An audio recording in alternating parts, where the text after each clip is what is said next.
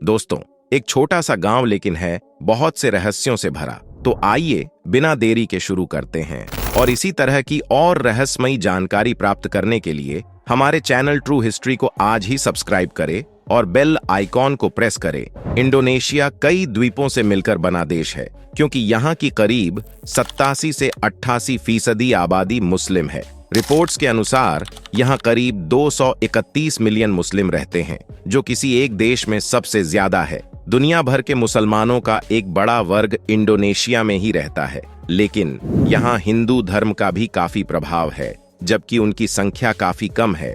हिंदू धर्म का प्रभाव इतना है कि लोग यहाँ हिंदू देवी देवताओं को मानते हैं और मुस्लिम हिंदू नाम रखना पसंद करते हैं। उन्हीं में से एक द्वीपों की श्रृंखला है फ्लोर्स आइलैंड, जो नुसा तिनगारा द्वीप समूह में आता है। साल 2012 27 अगस्त को यूनेस्को द्वारा इस गांव को इसकी परंपरा के अनुसार टॉप अवार्ड से बैंकॉक में सम्मानित किया गया था। इस गांव की सबसे मुख्य विशेषता है इनके अनोखे घर, जिन्हें यह लोग मबारू न्यांग कहते हैं। यह घर दिखने में शंकु आकार होते हैं, जैसे एक बड़ी सी टोपी जिसे बच्चे अपने जन्मदिन पर लगाते हैं। इन घरों की छत सीधा जमीन को छूती है और छत से नीचे जमीन तक पूरी तरह से लोनटार छप्पर से ढके हुए हैं। ऐसा प्रतीत होता है कि एक समय में इस क्षेत्र में इस प्रकार के घर काफी आम थे, लेकिन आज यह केवल यही गांव है जो ठेठ मंगराई पारंपरिक घर को बनाए रखता है, जिसके बिना ये अनोखे घर पूरी तरह से बेकार हो जाते। इन घरों को 5 भागों में बांटा गया है, जिसमें हर एक भाग अपने खास चीज के लिए है। जैसे कि पहला भाग, जिसे यह लोग लुतुर या टेंट कहा जाता है, यहाँ परिवार रहता है। दूसरे भाग को यह लोग लोबो कहते हैं, जहाँ खाना और दूसरे सामान रखे जाते हैं। तीसरे भाग को लेंटर कहा जाता है और यह हिस्सा अगली फसल के बीजों को रखने के लिए इस्तेमाल किया जाता है। चौथा भाग को लेम्पा राय कहा जाता है, जिसे सूखे से बचने के लिए खाद्य पदार्थ रखने के लिए इस्तेमाल में लाया जाता है। और आखिरी में 5वां और घर का सबसे ऊपरी भाग आता है, जिसे हेकांग कोड़े कहा जाता है। यह लोग इस भाग को सबसे पवित्र मानते हैं और यहाँ अपने पूर्वजों को प्रसाद चढ़ाते हैं। इस वेरबो गांव में केवल 7 घर है। इसके अलावा एक घर और है, जहां गांव के सभी लोग अपने त्योहार, समारोह और अनुष्ठान के लिए इकट्ठा होते हैं। कैथोलिक धर्म को मानने वाले लोग यहाँ रहते हैं, लेकिन कुछ परिवार पुराने मान्यताओं को भी अपनाते हैं। इस घर में ऐतिहासिक ढोल रखे गए हैं, जो सैकड़ों साल पुराने हैं। इस गांव के लोग पीने का पानी झरनों और पहाड़ों से उत्पन्न होने वाले पानी के रूप में करते हैं। इस वेरबो गांव में कुल मिलाकर 44 लोग रहते हैं, जिनकी मुख्य रूप से आय कृषि है, और यह लोग काफी लौंग और चेरी उगाते हैं। इस गांव की महिलाएं इन कामों में पूरी तरह से सहयोग करती हैं। आज भी वेरबो गांव के लोग अपना जीवन पूर्वजों के सिद्धांतों पर जीने में यकीन रखते हैं। यहाँ आपको कोई भी मशीन, मोबाइल, इंटरनेट, सड़क और गाड़ी नहीं देखने को मिलेगी। आज भी यह लोग सैकड़ों साल पहले के तरीकों को अपनाते हुए प्रकृति के सहारे ही जीते हैं। गांव के लोग मक्का और कसावा खाना पसंद करते हैं, लेकिन गांव के आसपास वे कॉफी, वेनिला और दालचीनी के पौधे लगाते हैं, जिन्हें वे लगभग 15 किमी दूर स्थित बाजार में बेचते हैं, गांव से दूर। हालांकि हाल ही में वे रेबो अंतरराष्ट्रीय इको टूरिज्म उत्साही लोगों के लिए एक पर्यटन स्थल के रूप में लोकप्रियता में बढ़ गया है और इससे गांव के आर्थिक कल्याण में वृद्धि हुई है। वे रेबो के लोग उन आगंतुकों का गर्मजोशी से स्वागत करते हैं जो उनके गांव को देखना चाहते हैं और उनके सरल पारंपरिक जीवन का अनुभव करना चाहते हैं। कुछ सालों में जब बाहरी लोगों ने इस गांव के बारे में जाना, तो वह यहाँ टूरिस्ट बनकर आए और कुछ दिन रहने के बाद उनका कहना था कि इससे पहले कभी भी ऐसा उन्होंने अनुभव महसूस नहीं किया। शांति और प्राकृतिक सुंदरता के एहसास इससे बेहतर कहीं और हो ही नहीं सकता।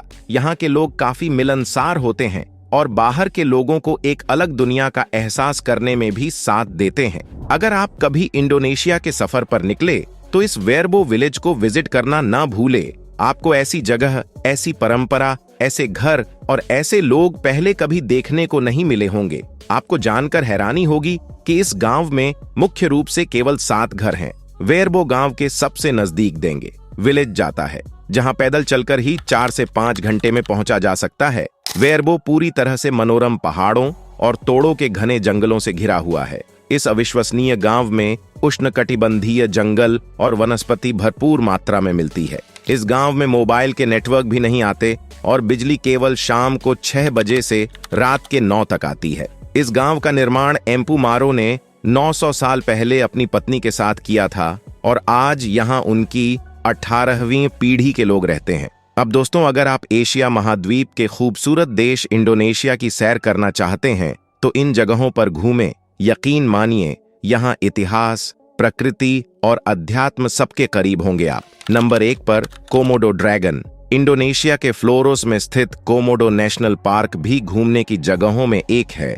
यह भी यूनेस्को की विश्व विरासत स्थलों में शामिल है। कोमोडो ड्रैगन एक तरह से विशालकाय छिपकली जैसा होता है। कोमोडो ड्रैगन की जीभ सांप जैसी होती है। इसके दांत और नाखून पैने होते हैं। Number 2, Toba lake. यहाँ की नेचुरल ब्यूटीनेस में टोबा लेक का नाम न आए ऐसा शायद ही हो। इस झील की लंबाई करीब 100 किलोमीटर और चौड़ाई 30 किलोमीटर है। इसकी गहराई की बात करें तो यह करीब 500 मीटर गहरी है। इसे दानो टोबा भी कहते हैं। करीब 70,000 साल पुरानी मानी जाने वाली इस झील में उठने वाला धुआं किसी ज्वालामुखी के विस्फोट जैसा ही लगता है। यहाँ पर बड़ी संख्या में पर्यटक आते हैं। नंबर 3, पारंपरिक गांव। तना टोराजा इंडोनेशिया के दक्षिणी सुलावेसी प्रांत में स्थित एक पहाड़ी है। यह यहाँ पर पर्यटकों का लोकप्रिय और शांति इलाका है। पहाड़ों के बीच के इस सांस्कृतिक द्वीप की सुंदरता अद्वितीय है। तना टोराजा अपनी समृद्ध संस्कृति, पारंपरिक गांवों और आकर्षक समारोहों के लिए जाना जाता है। यहाँ इंडोनेशिया आकर अगर यहाँ न घूमा जाए तो इंडोनेशिया की यात्रा अधूरी ही लगेगी। नंबर 4, चावलों के पार्क। बाली द्वीप इंडोनेशिया की खूबसूरत जगहों में एक है। इंडोनेशिया का मुख्य भोजन होने के साथ ही चावल यहाँ की खूबसूरती बढ़ाने में भी खास भूमिका निभाता है। पहाड़ियों और ढलानों की ढलानों पर व्यवस्थित लहरदार चावलों की खेती पर्यटकों को अपनी ओर आकर्षित करती है। बाली द्वीप पर नारियल के पेड़ के अलावा नाइट लाइफ भी पर्यटकों को बहुत भाती है। नंबर 5, प्रम्बनन मंदिर। इंडोनेशिया के योगाकार्ता में एक हिंदू मंदिर प्रम्बनन स्थित है। यह मंदिर काफी प्रसिद्ध है। इसका निर्माण 9वीं सदी के दौरान त्रिमूर्ति यानी कि ब्रह्मा जी के लिए किया गया था। इस मंदिर में सृष्टिकर्ता ब्रह्मा, संरक्षक विष्णु और विनाशक शिव जी की प्रतिमाएं स्थापित है। यह यूनेस्को की विश्व धरोहर स्थलों में शामिल है। यह मंदिर दक्षिण पूर्व एशिया में सबसे बड़ा हिंदू मंदिर होने के साथ ही प्राचीन वास्तुकला को दर्शाता है। नंबर 6, समुद्री पार्क। इंडोनेशिया का राजा अम्पैट द्वीप गोताखोरी के लिए जाना जाता है। यह सिर्फ इंडोनेशिया ही नहीं बल्कि पूरे विश्व में इसके लिए अपनी पहचान बना चुका है। राजा अम्पैट इंडोनेशिया में सबसे बड़ा समुद्री पार्क के रूप में फेमस है। इसमें 1000 से ज्यादा प्रजाति की मछलियां, कछुए, शैवाल और सैकड़ों प्रजाति के मूंगा आदि पाए जाते हैं। ऐसे में समुद्री गोताखोरी करने वालों के लिए यह जगह अच्छी है। अगर आपने आज हमारी वीडियो में कुछ नया देखा, कुछ नया सीखा, तो इसे ज्यादा से ज्यादा लाइक, शेयर करें और चैनल को सब्सक्राइब कर बेल आइकन जरूर दबा दें। मिलते हैं आपसे फिर किसी नई वीडियो में। आपका धन्यवाद।